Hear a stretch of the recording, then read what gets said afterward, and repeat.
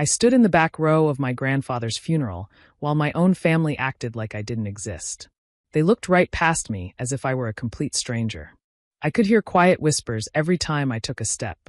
Some of my relatives glanced at me for a second before turning away. No one came over to say hello. No one offered a hug or even a simple word of kindness.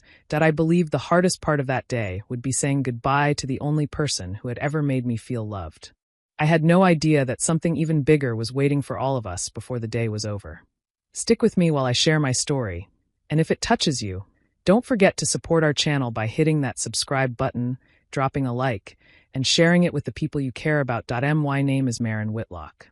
I have always been a quiet person. I never liked arguments or family drama.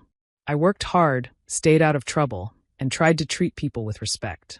The one person who always understood me was my grandfather, Gideon Whitlock. He never judged me. He always listened when I spoke, even when no one else cared what I had to say. Around him, I felt safe. As I stood inside the small church, I kept my eyes on Grandpa's casket. Fresh white flowers covered the front, and soft music filled the room. I wanted one peaceful moment to remember him, but my family made that impossible. My father, Blaine Whitlock, walked past me without saying a single word. He greeted other relatives with handshakes and hugs, but when he reached me, he acted as if I wasn't standing there. My Aunt Corinne looked at me with a cold expression before turning her back. My cousin Lennox laughed quietly with a few relatives and pointed in my direction. I didn't hear every word, but I knew I was the reason for their jokes. When everyone moved toward the front rows, they filled every seat together. They left no space for me. I didn't ask anyone to move. I simply stayed where I was, alone in the back. I wasn't there for them. I wasn't there to argue or prove anything. I had come for one reason only: to honor the man who had always treated me like I mattered. I folded my hands, took a slow breath, and looked at Grandpa's picture beside the flowers. Even through all the pain in that room, I silently thanked him for every moment of kindness he had given me during my life. Things had not always been this way, but I learned at a very young age that not everyone in a family chooses to love you. My mother passed away when I was 8 years old after a long illness. After she was gone, the house felt empty. I missed her every single day. Instead of helping me through that pain, some of my family treated me like I had become a problem they did not want to deal with. Whenever something went wrong, I seemed to be the one they blamed. If there was an argument in the house, someone would say I had caused it. If I forgot a small chore or made a simple mistake, they acted as if I had done something terrible. I was only a child, but I often felt like I had to apologize just for being there. As I got older, I stopped trying to defend myself.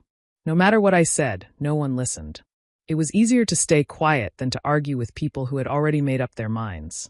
The only person who never treated me that way was my grandfather, Gideon. Every Saturday morning, he would pick me up and take me to the town library. While other kids spent hours playing outside, Grandpa and I walked through rows of books together. He always told me that knowledge was something nobody could ever take away from me. He encouraged me to read about anything that interested me. If I asked questions, he answered them with patience. If he didn't know the answer, we searched for it together. Those days made me feel important. When I brought home good grades from school, Grandpa celebrated every report card. He didn't care if I was the smartest student. He was proud because I worked hard. He told me that success came from effort, not luck. He also wanted me to believe in myself. Whenever I doubted what I could do, he reminded me that my future belonged to me, not to people who wanted to hold me back. As I became older, he taught me simple life skills. He showed me how to manage money, fix small things around the house, and solve problems without depending on anyone else. He said real confidence came from learning to stand on your own feet. Those moments shaped the person I became. Even when life felt unfair, I remembered Grandpa's words. He never asked me to hate anyone. He only wanted me to keep moving forward and build a better life for myself. Looking back now, I realize he gave me something far greater than gifts or money. He gave me hope during the years when I had almost none, and that hope carried me through more difficult days than he could have ever imagined. As the years passed, Grandpa Gideon started slowing down. He was still sharp and kind, but age made everyday tasks harder for him. He walked more carefully, needed more rest, and no longer drove as often. That was when my father, Blaine, and my Aunt Corinne stepped in to help. At first, I thought they were doing the right thing. They said Grandpa needed someone to handle his bills, doctor's appointments, and paperwork.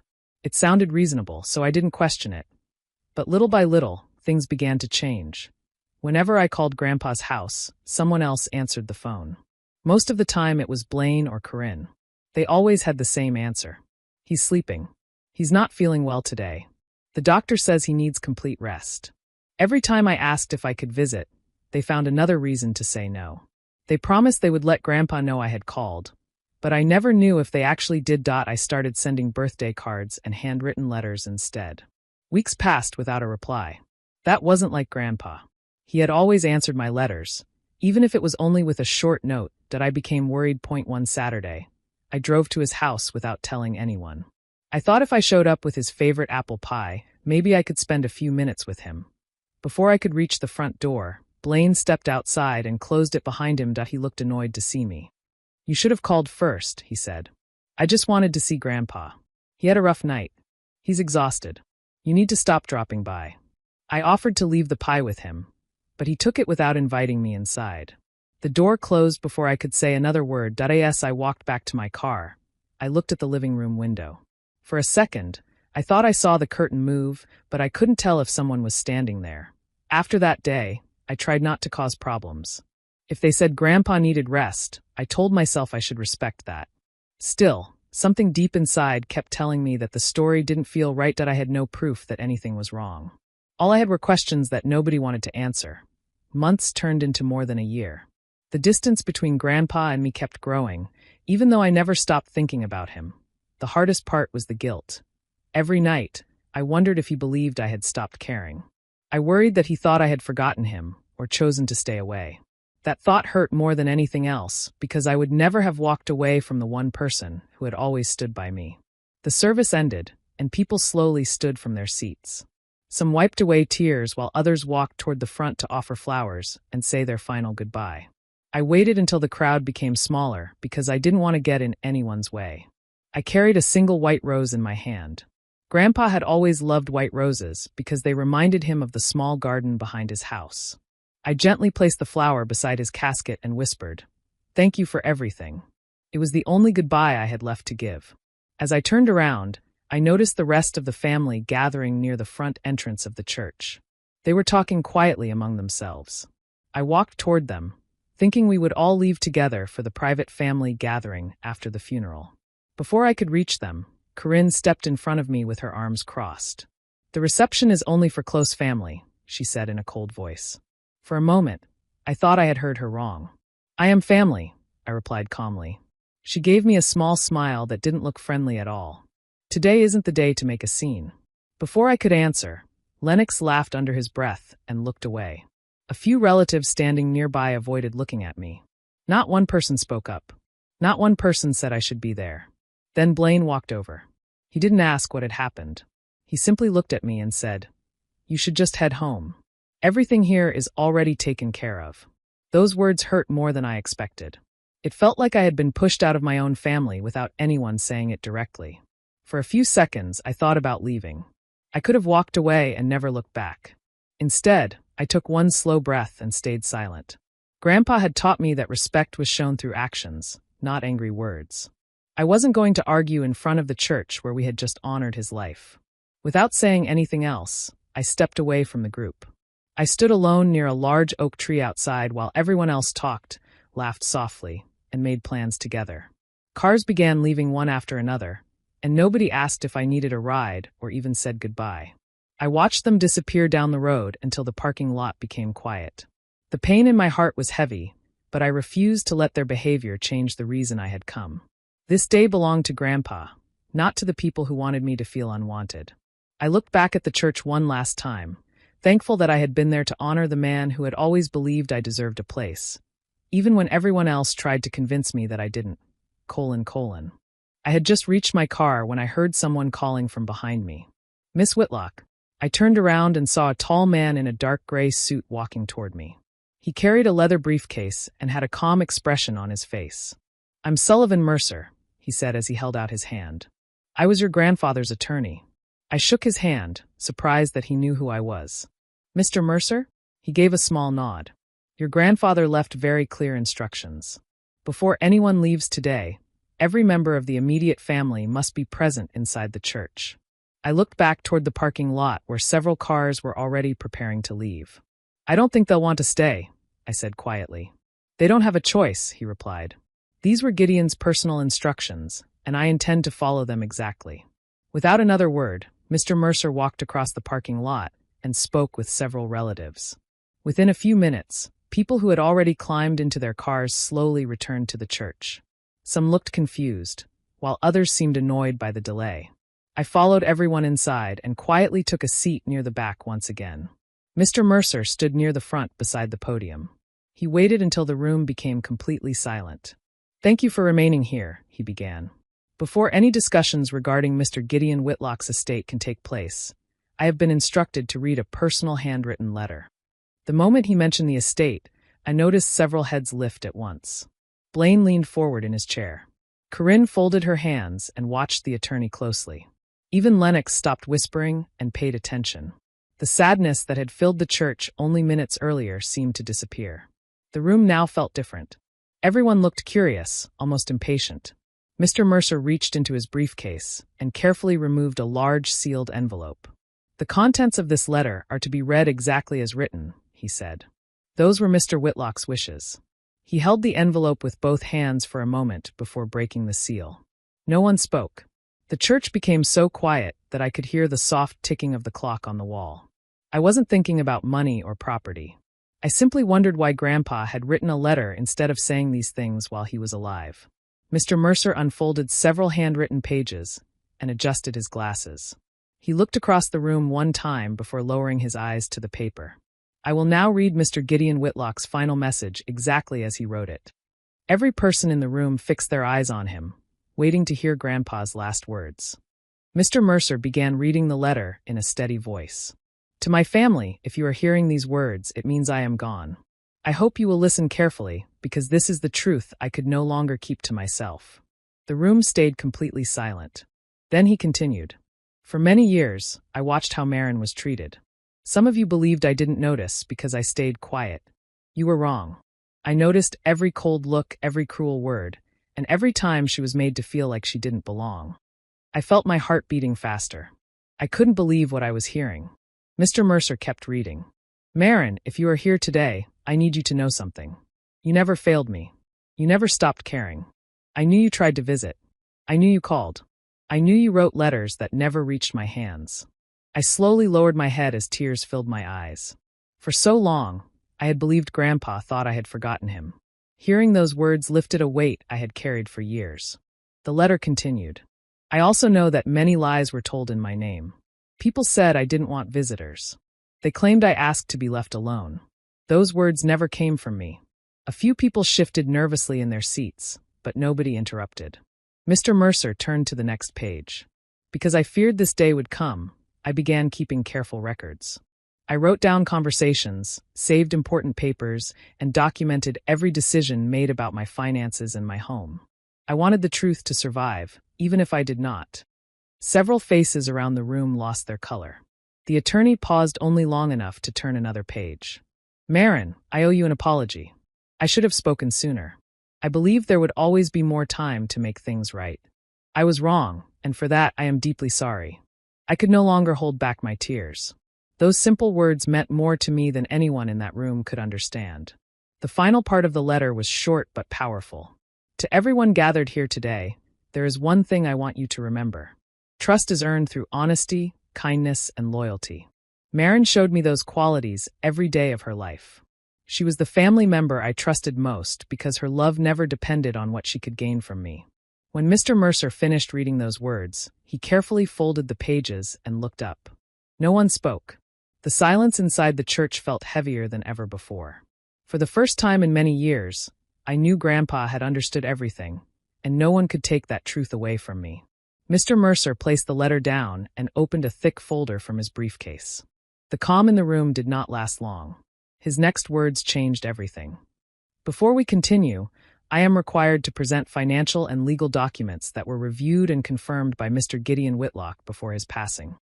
He pulled out stacks of papers and laid them neatly on the podium. The first page showed bank transfers. Large amounts of money had been moved from Grandpa's accounts over the past years. The second page showed property documents, including signatures that looked like Grandpa's but were marked with questions from the legal team. Blaine leaned forward immediately. "That's not possible," he said quickly. "Those decisions were made for his care." Mr. Mercer did not react. He simply turned another page. "These records show multiple withdrawals and transfers made without full authorization from the account holder during periods when Mr. Whitlock's condition was stable enough to sign his own legal statements." A low murmur spread through the church. Corinne shook her head. "This is a mistake. He agreed to everything," she said, but the attorney continued. "There are also records of property being listed and sold without the presence of the owner during final confirmation meetings." The room grew tense. People started looking at each other instead of the lawyer. A man from the back row whispered something to another relative. Then someone else responded sharply. Within seconds, quiet confusion turned into heated arguments. "That was your responsibility," one family member said. "You were handling the accounts," another snapped back. "No, you said he approved it." Voices overlapped. Accusations spread across the room like fire. People who had been sitting together now turned against each other without hesitation. Blaine stood up. "I handled what I was told to handle," he said loudly. Corinne was in charge of the paperwork. Corinne shot up from her seat. "Don't blame me for your decisions," she said. "You were the one meeting with the bank." The tension grew worse. Some relatives began arguing about signatures. Others questioned medical decisions that had been made on Grandpa's behalf. Even small details from the past were suddenly being dragged into the open. Through all of it, I stayed seated. No one looked at me anymore. No one tried to push me out or ignore me like before. Their attention was completely on each other now. I watched quietly as the people who once stood together started falling apart without needing any help from me.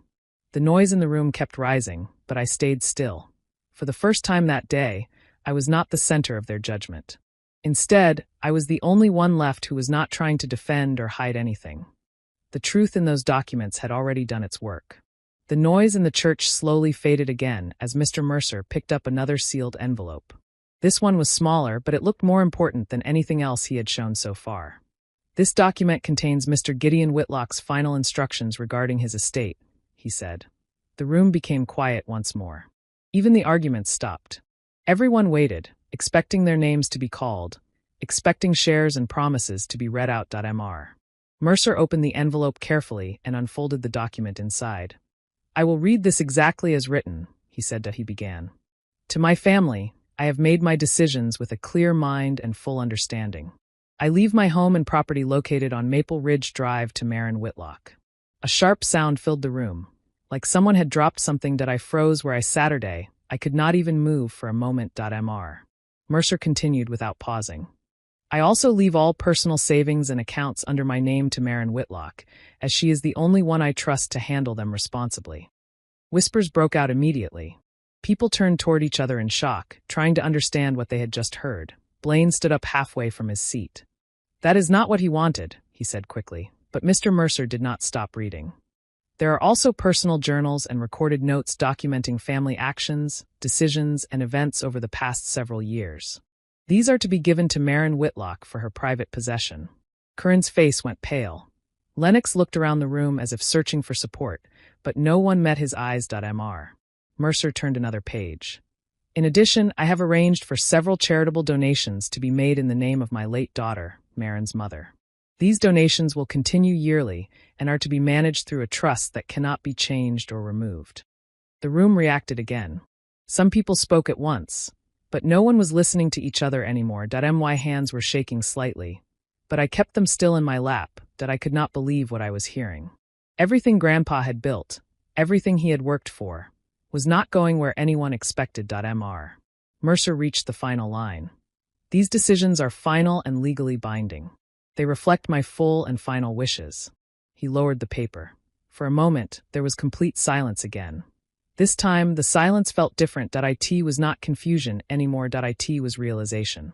Everything they had assumed was gone in a single moment, replaced by something none of them were prepared for. And I was still sitting there, trying to understand that my name had been the only one chosen.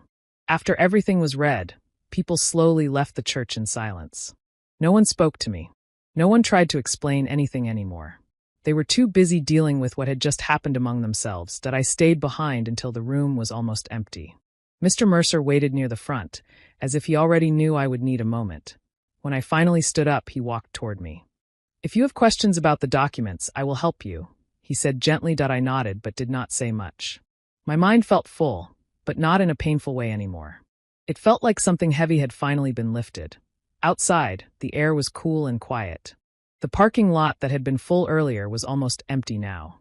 I stood there for a moment, looking at the building where everything had changed. I did not feel the need to argue with anyone.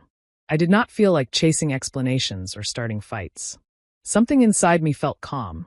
Even after everything that had happened. In the days that followed, things began to move quickly. I was contacted by different people asking questions about accounts, property, and documents. I was told that some financial records were being reviewed more closely. It turned out that the information Grandpa had kept was clear enough for others to take action. There were formal investigations opened into how his finances had been handled over the years. I was not involved in starting them. I simply answered what I was asked and let things follow their course. Blaine and Corinne were no longer acting confident. Their names started appearing in legal notices and formal requests for explanation. I heard about it from Mr. Mercer, not from them. Still, I did not celebrate. I did not want revenge. I did not feel joy in watching everything fall apart. Instead, I focused on something else. Grandpa's home. The house on Maple Ridge Drive had always been peaceful when I visited as a child. After the legal process began, I was given access to it. When I first walked inside, it felt untouched, like time had stopped waiting for someone to return. I decided to take care of it myself. I cleaned each room slowly. I repaired what was broken. I organized his belongings and made sure nothing important was lost or thrown away. I did not change anything that mattered to him. Every step felt like I was bringing him back into a place he loved. I was not trying to erase the past or prove anything to anyone. I was simply following what he had trusted me with. And for the first time in a long time, I felt like I was exactly where I was supposed to be. Months passed after everything settled, and life slowly became quieter in a way I had never experienced before. The constant tension that once followed every step was gone. There were no more arguments, no more sudden calls, and no more confusion about what was true or false. One afternoon, I stood on the front porch of Grandpa's house on Maple Ridge Drive. The sun was soft, and the air felt warm. I placed my hand on the wooden railing and looked out at the yard. Everything looked the same as I remembered, but I felt different inside. For a long time, I just stood there without moving. I thought about everything that had happened and how quickly life had changed. There were moments I still found hard to believe, not because they were painful, but because they felt so final. I walked inside the house and looked around slowly. Each room held memories I did not want to lose. The quiet sound of the floor under my steps reminded me of the times I used to sit with Grandpa and talk about small things that felt important back then. I sat down in his favorite chair for a while. It was the same place where he used to read or rest after long days. I closed my eyes and let the silence settle around me. In that silence, I understood something clearly for the first time. What I had received was not just property or papers. It was something deeper. It was the knowledge that someone had truly seen me, understood me, and believed in me even when others chose not to. That feeling stayed with me stronger than anything else. I also thought about how everything had unfolded. The truth that had been written down carefully had changed everything without me ever needing to raise my voice. I did not need to fight for attention or prove anything. Things had spoken for themselves in a way I never expected. The people who once ignored me were no longer part of my daily thoughts. I did not carry anger toward them anymore. That chapter felt distant, like something that belonged to another life.